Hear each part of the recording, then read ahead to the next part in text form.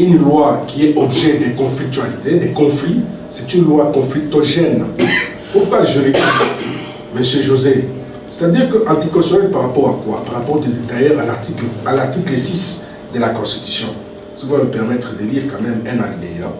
Le pluralisme politique est reconnu en République démocratique du Congo.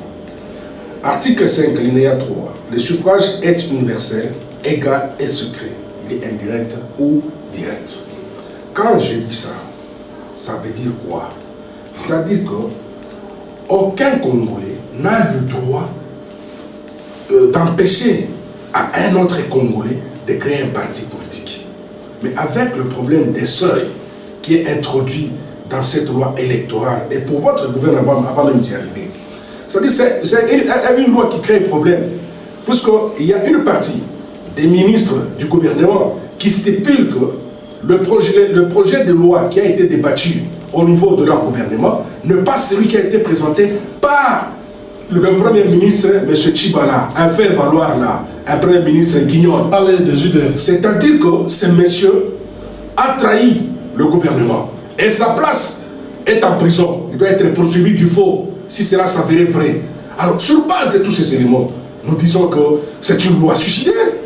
Et puis, nous avons appris dans les sonores, dans la messe noire qui a été dite au niveau de Kingakati, on nous a laissé entendre par une des collègues des députés, soit disant qu'ils auraient déjà pris l'argent de son frère, 2500 $.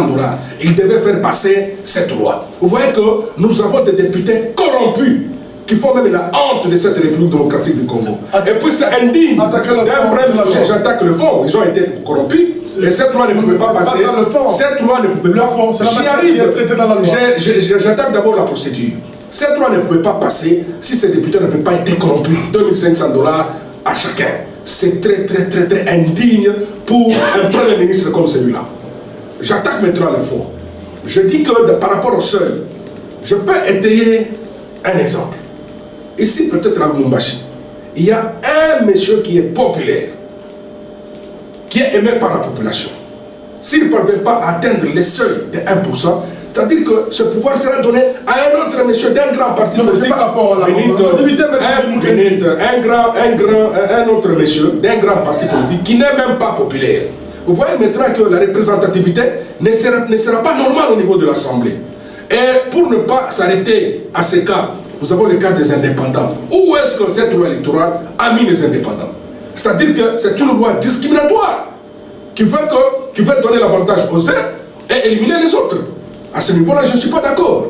Par rapport au taux de la caution, tout Congolais n'a pas travaillé dans ce gouvernement qui est en train de dilapider l'argent du contribuable congolais.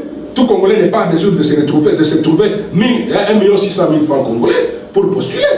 Là, c'est encore discriminatoire. Nous devons donner la chance à tout celui qui a comme vocation. Non, j'arrive au troisième. Vous m'avez demandé d'aborder les fonds. J'arrive au troisième élément. Alors, pour ne pas s'arrêter au deuxième élément, je vais aider encore le cas de la machine à voter. Nulle part dans la Constitution, on nous parle de la machine à voter. Nous devons voter d'une manière manuelle. Et le suffrage est universel. Quand on nous amène en plein match, est-ce qu'on peut changer un arbitre? En plein match, peut-être s'il y a chambardement, quoi que ce soit, en plein match, on ne peut pas changer le règlement.